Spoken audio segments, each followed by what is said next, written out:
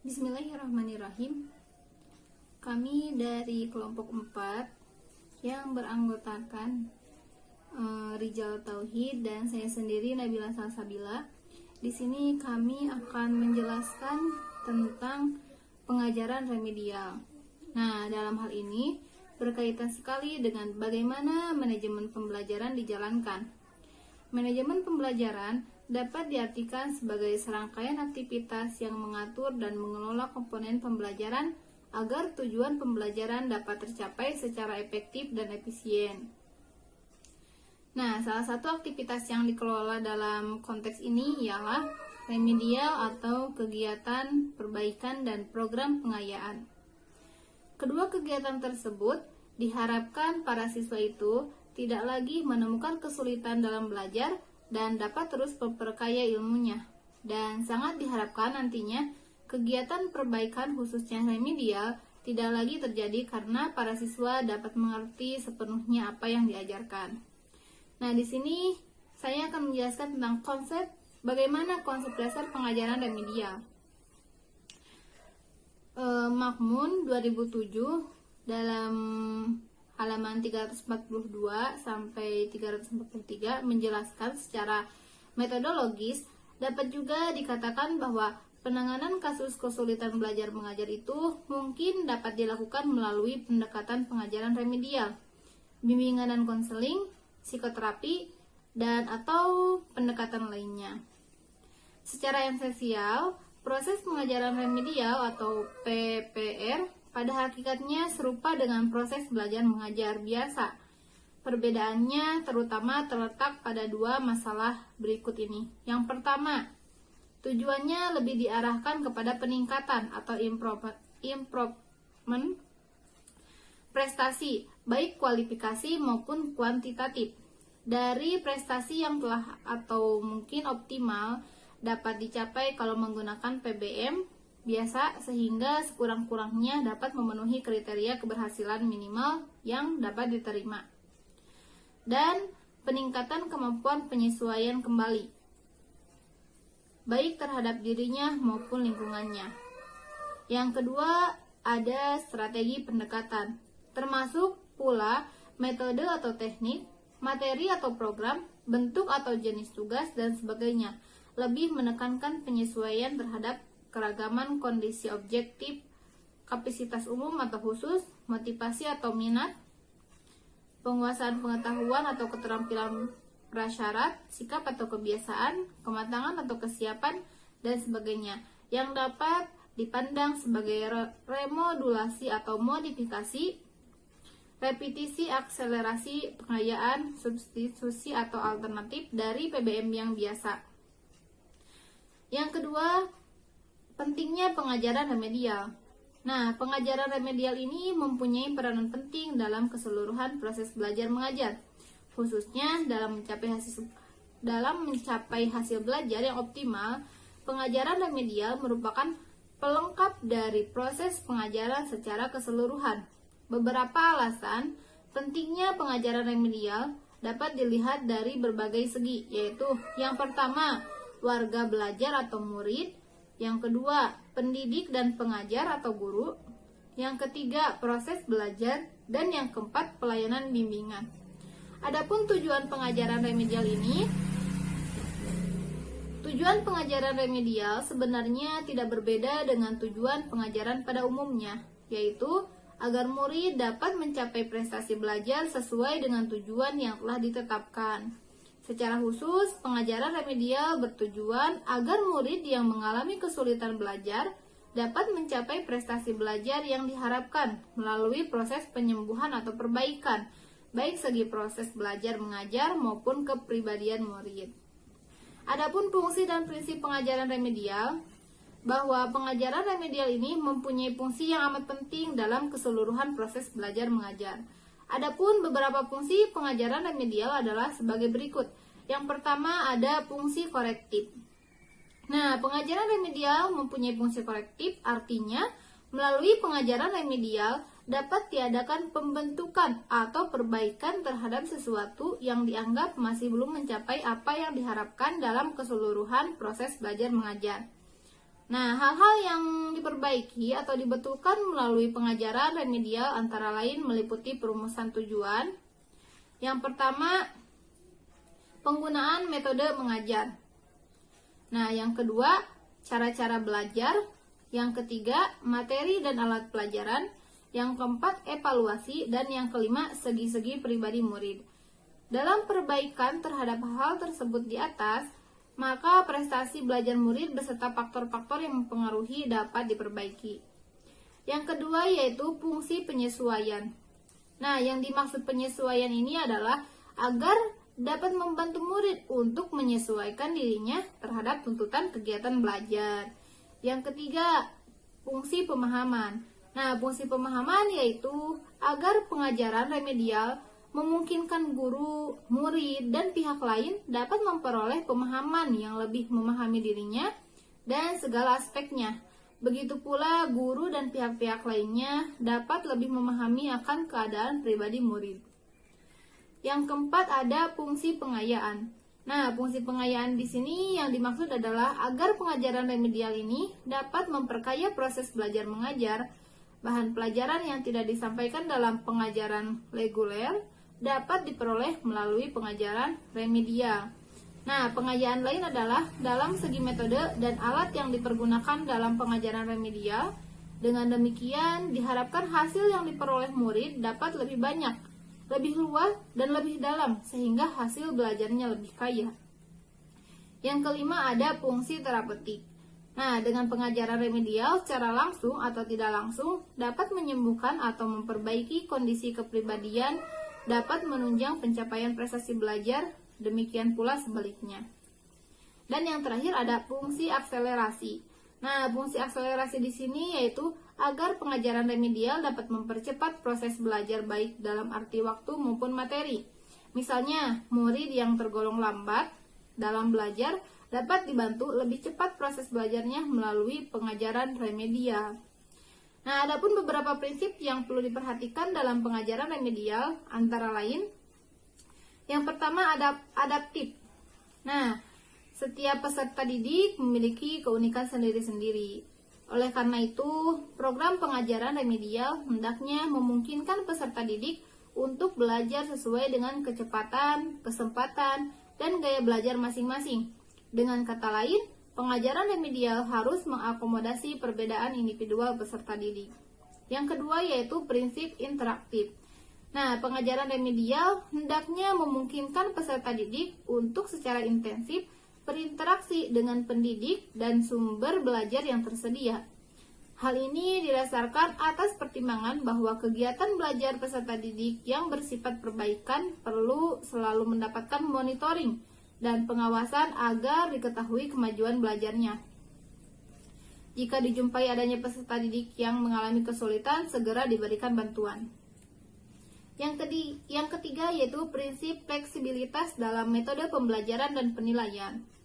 Sejalan dengan sifat keunikan dan kesulitan belajar peserta didik yang berbeda-beda, maka dalam pengajaran remedial perlu digunakan berbagai metode mengajar dan metode penilaian yang sesuai dengan karakteristik peserta didik. Prinsip yang keempat yaitu pemberian umpan balik sesegera mungkin. Nah, umpan balik berupa informasi yang diberikan kepada peserta didik mengenai kemajuan belajarnya perlu diberikan sesegera mungkin. Umpan balik dapat bersifat korektif maupun konfirmatif. Dengan sesegera mungkin, memberikan umpan balik dapat dihindari kekeliruan belajar yang berlarut-larut yang dialami peserta didik.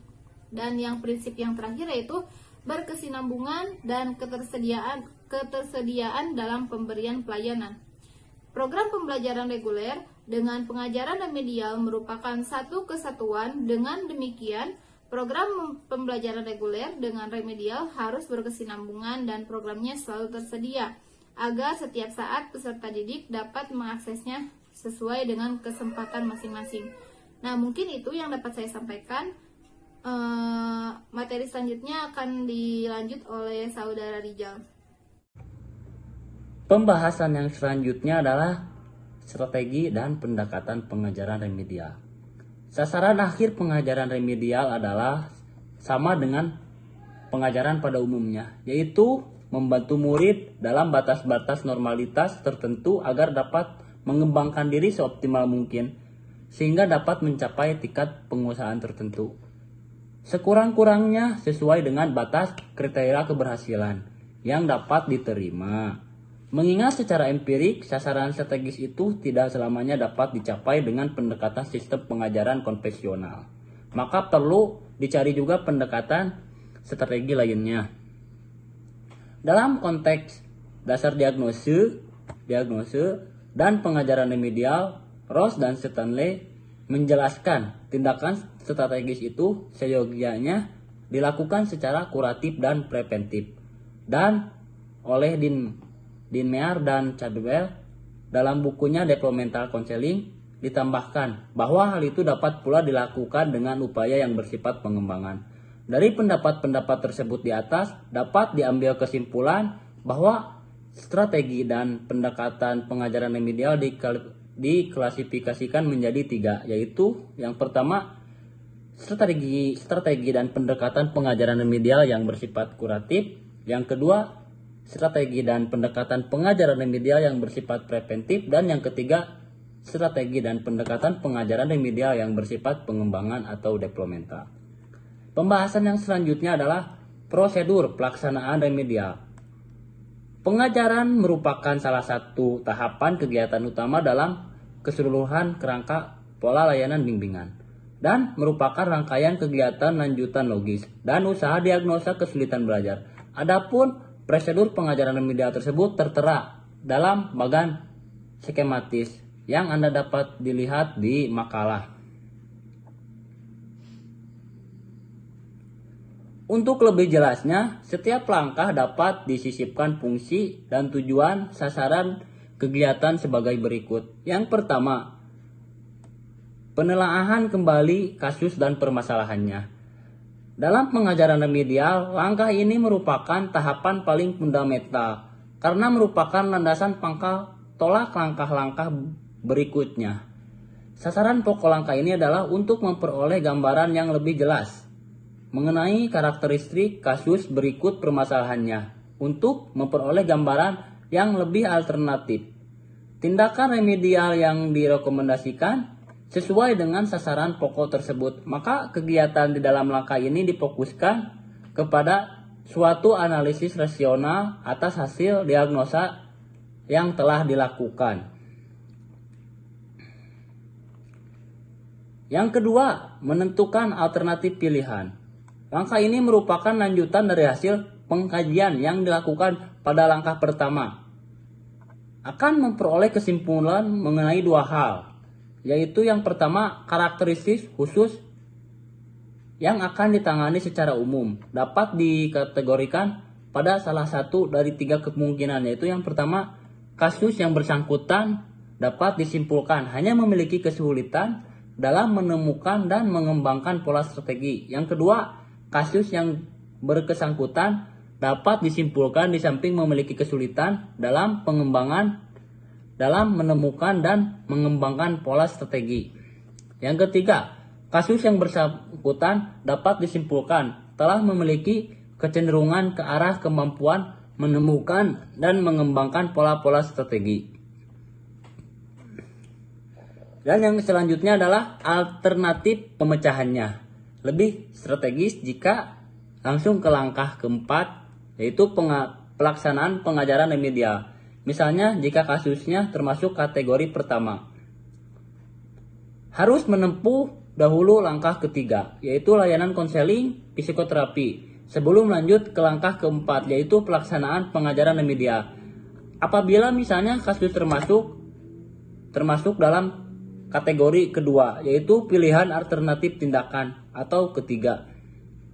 Jadi, sasaran pokok kegiatan yang dilakukan dalam tahapan ini adalah membuat suatu keputusan pilihan alternatif mana yang harus ditempuh berdasarkan pertimbangan rasional yang cermat dalam proses pengambilan keputusan ini.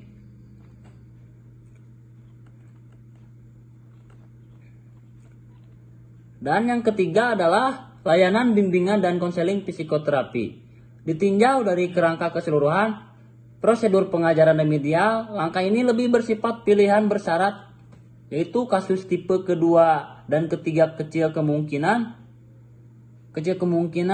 untuk langsung kepada langkah keempat tanpa lebih dahulu menempuh langkah ketiga, merupakan prakondisinya. Sasaran pokok yang hendak dicapai dalam layanan ini adalah terciptanya kesehatan mental kasus, dalam arti ia terbebas dari hambatan dan ketegangan batin, untuk kemudian siap sedia kembali melakukan kegiatan belajar secara wajar dan realistis. Pada batas-batas tertentu, langkah ini dapat ditangani oleh guru, namun mungkin diperlukan bantuan dan kerjasama dengan pihak-pihak lain yang lebih ahli, yaitu petugas BK, wali kelas, psikolog, dokter, dan lain-lain. Di antara sekian banyak masalah yang masih dapat ditangani oleh guru.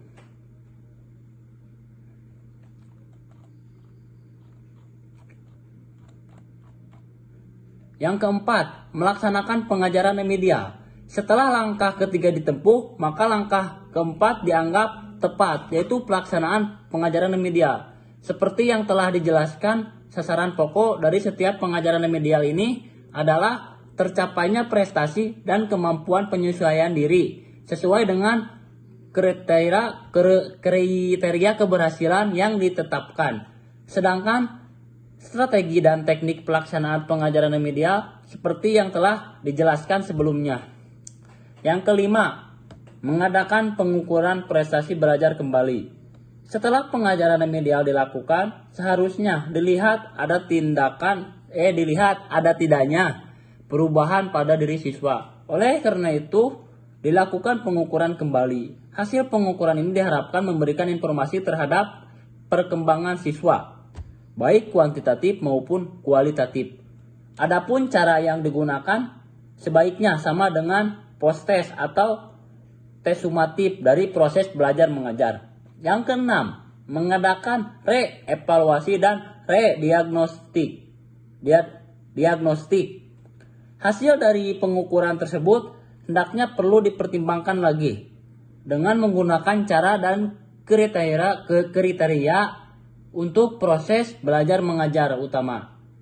Hasil dari pertimbangan ini akan melahirkan 3 kesimpulan, yaitu yang pertama, kasus menunjukkan peningkatan prestasi dan penyelesaian diri dalam mencapainya keberhasilan yang diharapkan. Yang kedua, kasus menunjukkan peningkatan prestasi dan penyelesaian diri, namun belum sepenuhnya mencapai keberhasilan yang diharapkan. Yang ketiga, kasus belum menunjukkan perubahan yang berarti. Rekomendasi yang harus dikemukakan sebagai tindak lanjut hasil kesimpulan di atas adalah tentu hendaknya menunjukkan ketiga kemungkinan pula, yaitu yang pertama, kasus A dapat dinyatakan terminal dan diperbolehkan melanjutkan program proses belajar mengajar utama tahap berikutnya. Yang kedua, kasus B seyogianya diberikan program khusus yang ditunjukkan pada pengayaan dan peningkatan prestasinya. Yang ketiga, kasus C sebaiknya dilakukan rediagnosis sehingga diketemukan letak kelemahannya pengajaran remedial tersebut. Yang ketujuh adalah remedial pengayaan atau pengukuhan. Langkah ini bersifat kondisional. Sasaran pokok langkah ini adalah agar hasil remedial itu lebih sempurna dengan diadakan pengayaan dan pengukuhan.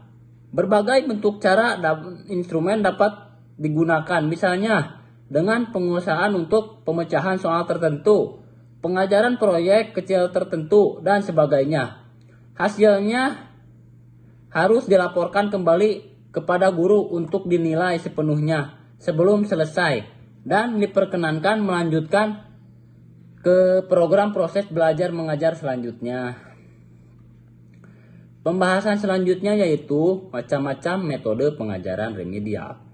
Metode pengajar dan dapat diartikan sebagai suatu cara yang harus dilalui untuk menyajikan bahan pengajaran agar tercapai tujuan pengajaran. Hakikat tujuan adalah merupakan petunjuk bagi guru untuk memilih satu atau serangkaian metode yang efektif. Dengan demikian, maka metode belajar adalah Yang pertama, merupakan salah satu komponen dari proses belajar mengajar. Yang kedua, merupakan alat mencapai tujuan yang didukung oleh alat-alat bantu mengajar. Dan yang ketiga adalah merupakan kebutuhan dalam suatu sistem pendidikan. Adapun faktor-faktor yang harus dipertimbangkan dalam pemilihan dan penggunaan metode mengajar secara efektif adalah yang pertama, tujuan pengajaran. Yang kedua, bahan pengajaran. Yang ketiga, guru atau pendidik. Dan yang keempat, anak didik atau murid. Yang kelima, situasi mengajar. Metode pengajaran remedial merupakan metode yang dilaksanakan dalam keseluruhan kegiatan bimbingan kesulitan belajar. Mulai dari langkah-langkah identifikasi kasus sampai dengan langkah tindak lanjut. Beberapa metode yang dapat dilaksanakan dalam pengajaran remedial yaitu yang pertama, metode pemberian tugas. Yang kedua, metode diskusi. Yang ketiga, metode tanya jawab. Yang keempat, metode kerja kelompok. Dan yang kelima, metode tutor sebaya.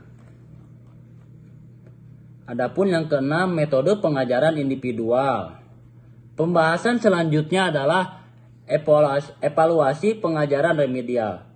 Tujuan evaluasi, para guru seyogyanya mempunyai kemampuan melakukan pilihan model mana yang dipandang paling cocok baginya atau untuknya. Suatu pilihan rasional mau tidak mau melibatkan suatu tindakan penilaian evaluasi. Setiap tindakan evaluasi sudah lazim memerlukan adanya suatu perangkat kriteria atau tolak ukur sebagai penanganan. Suatu cara atau teknik pengumpulan dan pengolahan data informasi untuk menunjukkan gambaran seberapa sejauh objek yang dievaluasi itu memadai atau tidaknya sesuai dengan kriteria yang ditetapkan. Perangkat kriteria kebaikan suatu model dan strategi atau teknik pendekatan pengajaran remedial.